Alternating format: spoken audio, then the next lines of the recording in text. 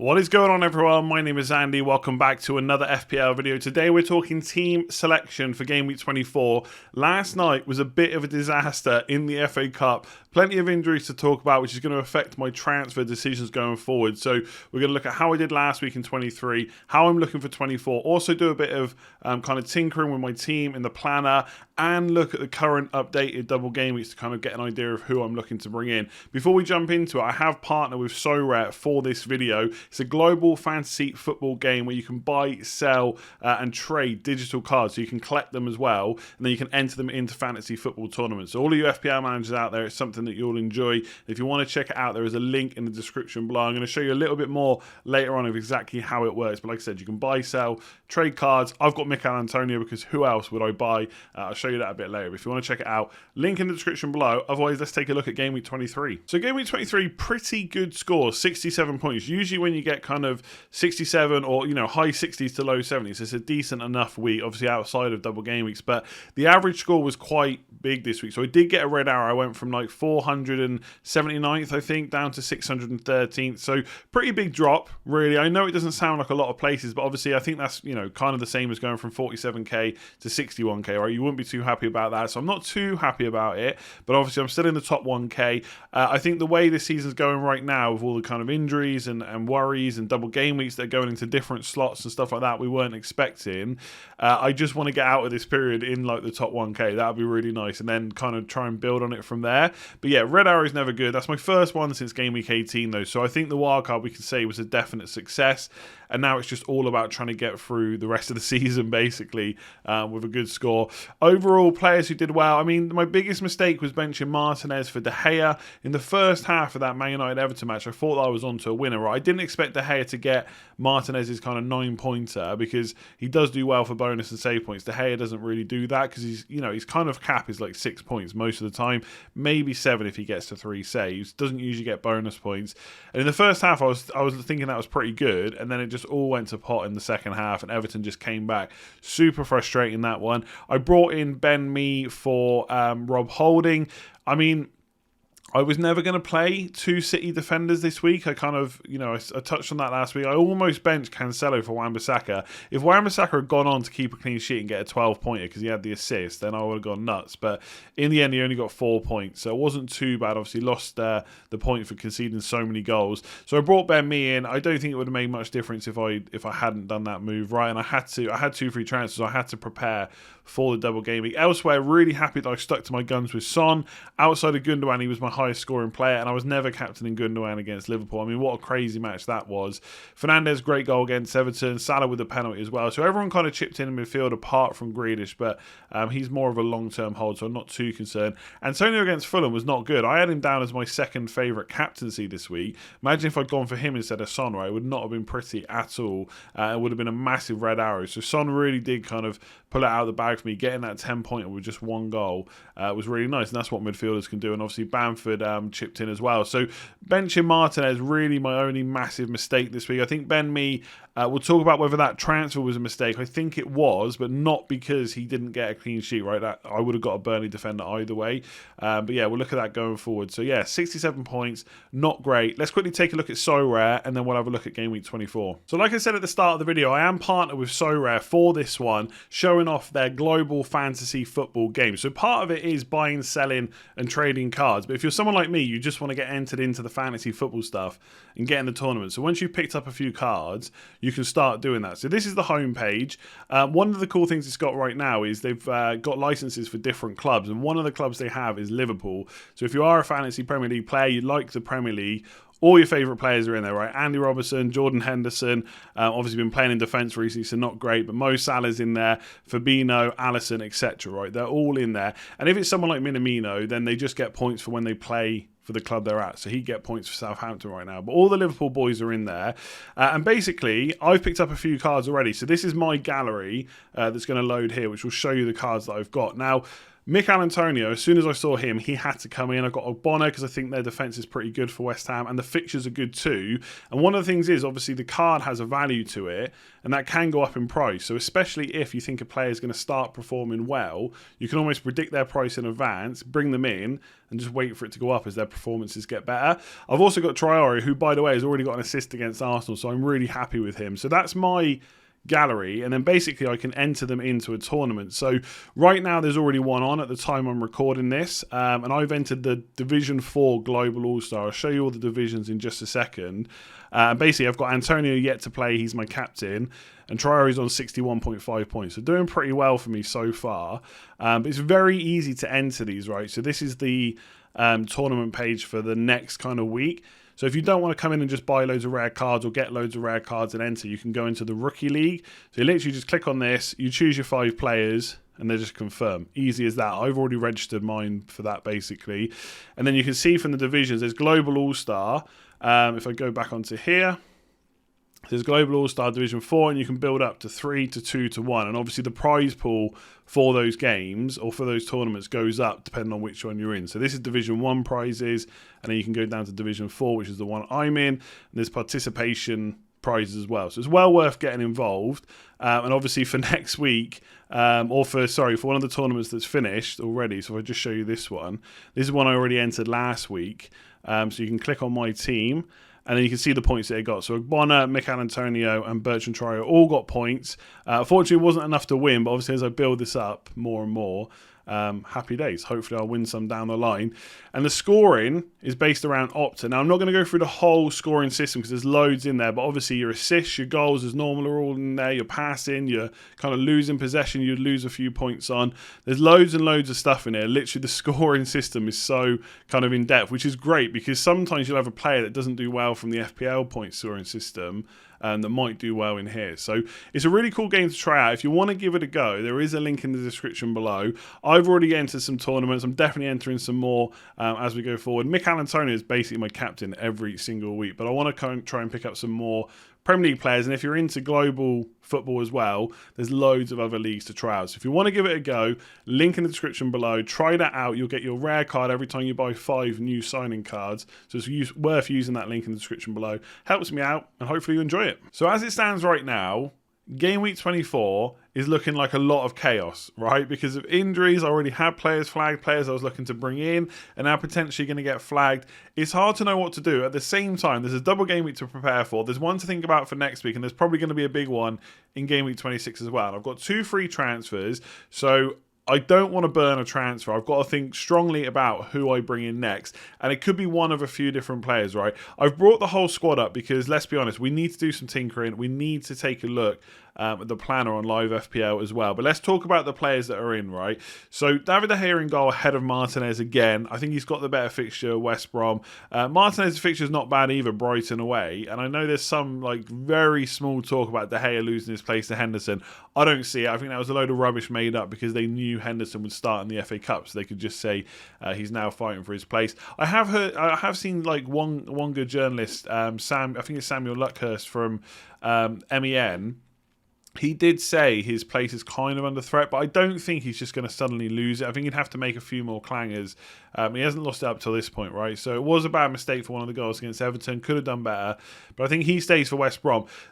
I talked about a mistake with my transfers last week, so I brought in Ben Mee. Now, the reason I did that was because I was thinking about a transfer to get Sterling in this week, which realistically, it's probably not going to happen, mostly because it would just take 2 transfers, one of which would be to get rid of one a Man City player with a good fixture to bring in another one who I can't even be 100% sure will keep on starting every single week, which ideally you want from a double game week. And so realistically, I should have thought more about how I probably wasn't going to do that move, and actually bringing in Pope would have been a better move. Now, in hindsight, that actually looks like it might be a good thing that I haven't got him, which we'll talk about in a minute because of what Sean Dyche said about the fact that he had to miss the FA Cup game. I will say, for anyone that's worried about Nick Pope, the chances of him missing the next game, I think, are very slim. I think that could have been an excuse for the way the game went. We'll have to see what Dyche says in his press conference today. That might have already happened by the time this video goes live, but I think Pope will be fine. So if I'd brought Pope in, then I'd have him in goal, who I think is the best defender / goalkeeper at Burnley, right? In terms of FPL, I think he's more likely to obviously get you saves. Obviously, he's the goalkeeper, but also more likely to get you bonus points. So I think he's a better option than all the defenders anyway. And also, it wouldn't have cost me that much more to get De Gea. To transfer him up to De Gea, it would have cost 0.1 or 0.2 million more. Whereas Ben Mee cost me I think 0.5 or 0.4 million more than Rob Holding. And also it would have let me play Wan-Bissaka. So Pope and Wan-Bissaka is a better combo than De Gea and Ben Mee. They cover the same defences, but they just offer more. Pope offers more than De Gea, and Wan-Bissaka probably offers more than Ben Mee as well. But I don't want to dwell on that too much, but I think that was a mistake. Otherwise, obviously I'm playing all my City players. Captaincy, I'm going to try and do a captaincy video this week as normal. For me, I'm just going for Gundogan. Right, Spurs and Everton have just played 120 minutes in the cup. Obviously, not all the players have played that much time, but a lot of them have played a good amount of minutes in that game. Also, the defensive stats aren't that great, as you would have seen on my Double Gameweek 24 video, especially recently. Like Everton just haven't been good at all. I think there's a good chance while De Bruyne is out that Gundogan keeps on starting. We saw him come off before 60 minutes last night in the FA Cup. And I just think he is my best captaincy choice.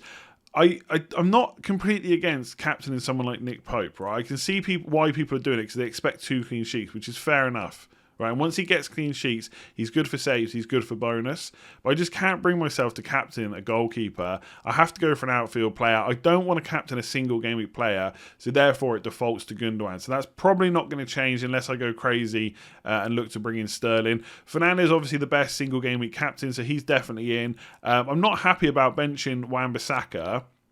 But I think also foul, right? Sheffield United at home, West Brom away. I'm in such a good position-ish that I could even burn a transfer and just play Wan-Bissaka and so foul and still have a good team and just bench Antonio or Wood if they're injured. But obviously I'm not going to do that. Grealish, I think... I don't really get it with Grealish. People get frustrated with him. I saw a few tweets last week that it's time for him to go, but he returned in 4 of the previous 4 games. He's going to have a good double game week almost certainly, and he's got more fixtures to rearrange. So I really like him for his price. I don't really have any thoughts about getting rid of him.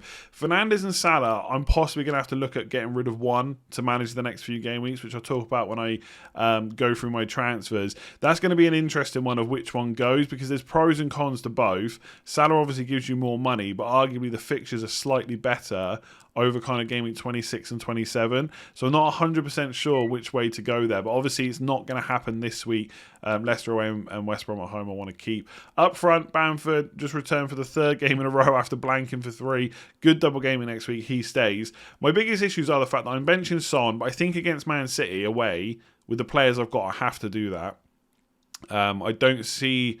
I could play him. There are some scenarios where I do play him, but I don't think I will. And then up front... Antonio Chris Wood. Now, the obvious transfer in this week for my team is Calvert-Lewin, right? I said on my Double Game Week 24 Best Players video that 3 City, Calvert-Lewin, and then 1 West Brom defender is what everyone will have, right? That will be the template this week. Some people will have different players. Some people will have more than that. Some people will have less. But overall, that'll be the template. Calvert-Lewin's the obvious transfer in because they beat Spurs as well last night, so they'll probably double in game week 26. They can have a double in 24 and then in 26. The problem is he went off, and according to Duncan Ferguson after the game, he tweaked his hamstring. Now, how long he's going to be out for, we don't know. But what are the chances of him tweaking his hamstring and then playing this weekend, which is the Fulham game, by the way? Even if he's back for the one after that, it's Man City. So suddenly, I don't know if I want Calvert-Lewin, right? So that's a bit of a worry. Also, I don't know if Antonio is going to be fit. Apparently, he's a doubt right now. And Chris Wood, could he be back? I'm going to have to wait and see what Deitch says.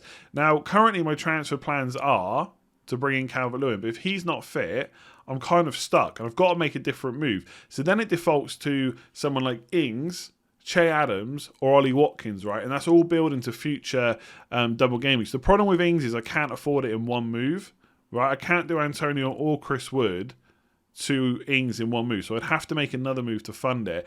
And I don't particularly like doing that because it just hurts my team. Well, it doesn't hurt my team, but I think it weakens the team going forward. So I think my actual move will probably be Adams or Watkins in. Obviously, with Southampton, a lot rests on tonight's game. There could be a chance where Southampton get kind of 2 to 3 double game weeks over the next kind of 3 to 4 2 to 3 doubles over the next 3 to 4 game weeks, which obviously is big. And so I want Southampton players for that. So Che Adams might be my transfer in. But ultimately, I think I'm probably not going to use both my transfers this week.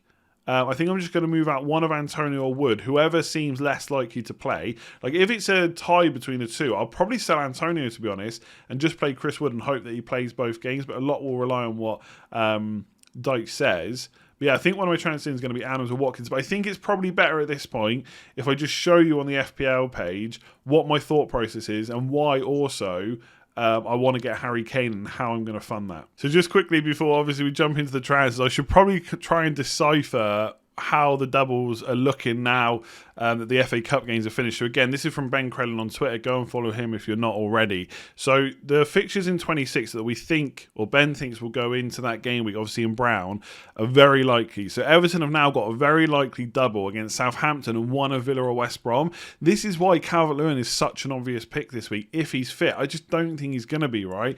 So Fulham, Man City in 24, then okay, Liverpool, possible double game week, probably not, and then he gets his double in game week 26, which would have been great. But if he's not fit, I don't think I can go there. And obviously you can still say that in game week 26 he looks like a good option, and I wouldn't really argue with you, right? If they get Southampton at home and West Brom away, I will have to think about bringing him in. But in that same week, Southampton could have a double game week as well as their 1 in 25. So therefore, Che Adams looks like a good pick, or maybe Danny Ings, like I said.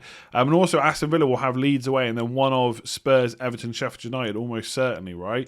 So again, Ollie Watkins is a good pick too, plus Harry Kane. So even though Spurs went out last night of the FA Cup, they will probably still also double in game week 26. And if they do, it's Burnley at home plus one of Villa, Fulham, Southampton. Again, Harry Kane looks really good for that. So if Calvert-Lewin's out of game week 24, yes, his double in 26 looks good, but part of FPL obviously is planning and managing your team, and therefore if he's not going to play in 24, he's going to miss one of the games, and his game in 25 is Liverpool away, then his double in 26 is good, but I can't really think about that too much. I have to think, how can I get through the next couple of game weeks and also be set up for game week 26. I've got no wildcard, right? I could free hit in game week 26, and I haven't completely ruled that out, but I just think my team is so close to a good double game week 26 team. I don't see the point in free hitting. Yes, okay, the more fixtures that are put in game week 29, it helps people without a free hit, but also it means it gives me more players to pick from, right, to try and nail a big score. So I'm still set on probably playing towards game week 26 and then free hit in 29. But let me just show you some transfers on the page and then how the team looks going forward. Okay, so this is the team as it stands. This is how I'm lining up. Obviously, I could take out Wood for Son and Antonio for Wan-Bissaka, right? I could play 4-5-1, and that team looks pretty good, to be honest. I've got my 4 double game week players in there, the 3 defenders plus Gundogan. I've got 3 players in the best single game week fixture, which is West Brom, and then Salah, Grealish, Son, and Bamford. I don't think anyone will be too annoyed or say that team is too bad, right? Even though 4-5-1 looks weird, I get that. It's still a pretty good team, and I've still got Sofao on the bench, right? If Chris Wood is said to be fit, then potentially I'm just going to play him. Well, I know it's a risk, but he's a bit of a differential with 2 really good fixtures. So I am tempted to play him. At that point, I probably would bench Wan-Bissaka or Son for Chris Wood. And the thing with Antonio is, I said this on the video earlier this week, is the fixture's just not that great. Even if he plays in this one, it's Spurs at home, although they did just ship 5 goals to Everton. Man City away. Leeds at home is good, but then it's Man United away. So I feel like he can be gotten rid of for now with potentially a view to bring him back, right? If he has got tight hamstrings, which is the rumour, then is Moyes going to risk him, right? Yes, West Ham don't really have too many other options, but better to preserve him for the next game rather than kind of risk him for a Sheffield United at home game, right? I mean, West Ham are safe this year. I'm sure he wants to get into Europe and stuff like that, but with Antonio being the only recognised player that can even play well up front for them, you've got to make sure that he plays more minutes than he doesn't, right? So that is possibly a player I get rid of. So just quickly go through the Calvert-Lewin route, right? Basically, I can't afford him. Let's just say he's past fit. I don't think he will be. Let's say he is. I can't afford him, right? So I've got to shave off 0.2 million. Now, the easiest way to do that is Wan-Bissaka to Dallas, right? Because I wouldn't be playing Wan-Bissaka anyway this week. Once I make a move for Calvert-Lewin, Wan-Bissaka gets benched. and I just saved Dallas for next week. So I still play me, Stones, and Cancelo, and I just benched Dallas, and obviously got the double game week next week. That gives me the money. The problem is, Wan-Bissaka is not a bad option going forward. He will have a double game week almost certainly in game week 26, which will be Chelsea away, not great, but also Palace away, and also obviously West Brom away. The thing is, I'm not going to probably play him this week, which is where the frustration comes. I don't necessarily need to play him next week either, so he is probably a good sell for me. Apart from this game week 26, the problem is if I sell him, I would have me, Dallas, and then one other player, Sofao and Dallas won't have double game weeks in 26. Ben Mee will, probably for Burnley, but it ain't going to be a good one. And so I don't really want to have him. So I would need another double game week defender. And Wan-Bissaka is probably as good an option as any. It wouldn't even mean doubling up on Man United because I'd have Martinez in goal for the double. But yeah, Dallas is one way to fund Calvert-Lewin. But obviously if he's not fit, then I don't get him in. I can't afford to get Danny Ings this week either. Because I don't want to take out any of my big hitters, Salah or Fernandes this week, right? So possibly I keep him. The other option, obviously, if we know that Southampton are likely to get more than one double game week, and obviously it depends a lot on what happens in the FA Cup, then I just get Che Adams in instead of Danny Ings. I can do that in one move. This week he has Wolves at home, then it's a double game week, then potentially another double game week and another one. We'll have to wait and see how the fixtures fall. But for 5.8 million, he's a good hold. And the thing is with Southampton, I don't necessarily trust them, so potentially paying a bit less money for a striker is a better option. So obviously he's one for 25, so that would let me build one transfer. I'd then have two for next week where I get in Dallas, and I can either do that for Wan-Bissaka or Sofao, however I'm feeling. The thing with taking out Wan-Bissaka for Dallas, it does take some money out of my team, which I'm not against doing. So that's an option, of course. Or the other one is just to bring in Ollie Watkins, right? How much is he now? He is 6.4 million. I could do both, right? I could bring in Watkins and Adams, but it will leave me for a hit next week. Now, this video is kind of all over the place. I know, I'm just getting my thoughts out. The other thing is, I'm obviously looking ahead to game week 26, and I probably want Harry Kane. So the question is, how do I get Kane, right? So let me go through my thought process with you. So let's say the move this week is for, let's say Southampton got loads of doubles. So I go for Che Adams, right? So this is my game week 24 move. In game week 25, I want two Leeds players, right? I want to go in with Rafinha, Dallas, and Bamford. Now, I'd have to take out one of these midfielders. Son's going to have a really good double game week. Gundogan's going to have more double game weeks to play as well. I don't really want to get rid of him. Grealish doesn't let me get Kane. Salah or Fernandes do. Now, Salah has Everton, Sheffield United away, and Fulham at home. Now, he'll probably have a double here. So decent enough fixtures. Fernandes, and bear in mind, we're not thinking about game week 24 now. Newcastle, Chelsea, and Man City. So we'll have a double game week, but two of the fixtures are Chelsea and Man City. So I don't really want to get rid of Fernandes, to be completely honest, because longer term I think he's a better option. But it is a tough call. But let's say I get rid of Salah, and then I bring in Rafinha, frees up a lot of money, and then I bring in Dallas for Sofao, right? Because I can afford to do that now, and Dallas. So therefore, for game week 25 now, I've got Dallas, Rafinha, Bamford, and Adams, and I haven't taken a hit yet. Right, so completely free. Then we get to game week 26, right? If all the players we think have got doubles do have doubles, we've got Martinez in goal, Stones, Cancelo, Wan-Bissaka in defence, Son, Fernandes, Gundogan, Grealish, and then Adams, Antonio. So Antonio then I could afford quite easily to get Harry Kane. And boom. I've then got 10 doublers, right? Technically 11 if I play Ben Mee, but Rafinha or Bamford don't have double game week. So I've got 4.2 million to spend. I could just get someone else in. I'll have to decide who that is at the time. But I can get to this team for free, basically, by game week 26. Obviously, there could be injuries and stuff that hurt this. Maybe Calvert-Lewin's back and he's the best option, etc. But to get to this team for free with what would be 4 double game weeks in 24, then 4 for game week 25, and then 11 for game week 26. That seems okay without using the free hit. So that's my current plan. I won't show you the transfer plan because I feel like I've done it on this already. I know it's not so easy to visualise, but Wan-Bissaka, and I don't want the video to go on too long. Wan-Bissaka is someone I kind of want to keep, to be honest, just because the fixtures are good afterwards. Okay, Man City's not great, but West Ham, Palace, Brighton, Burnley to come in 32. These are all players that Oh, sorry, these are all fixtures where I'd be happy to keep. And it's not that I think he is the best option at that price, but I've already got him. So he saves me a transfer. James Justin is someone I was looking at for Game Week 26, but he is now potentially out injured as well. I mean, he got stretchered off. I doubt he's going to be back very quick, but we'll have to wait and see. But he is someone I've considered from Game Week 26 onwards, because Leicester will probably have a decent enough double and then good fixtures afterwards. So that is the transfer plans. If Calvert-Lewin's fit, I will probably get him in and I'll sell Wan-Bissaka to Dallas, because that sets me up for 25.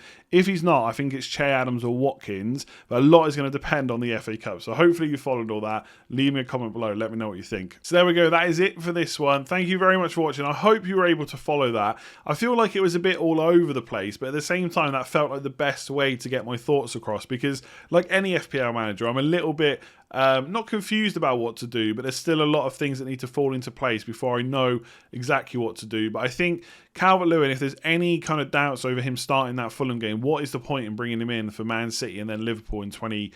I'd probably just ignore him. And Ollie Watkins will almost certainly have a good double in 26. Plus, I really like Villa long term anyway, right? They've got good fixtures, more doubles to come, etc. And then Che Adams sets me up for 25. So one of those two will probably come in instead. And it lets me delay the Wan-Bissaka decision as well. So if you enjoyed it, please do give it a like. Hit subscribe if you're new around here. Don't forget to check out So Rare if you haven't already. Very handy link in the description below if you want to check them out. Like I said, global fantasy football game. You can collect cards and then play them in the tournaments, 5-a-side ones like I showed you earlier on. So thank you for watching.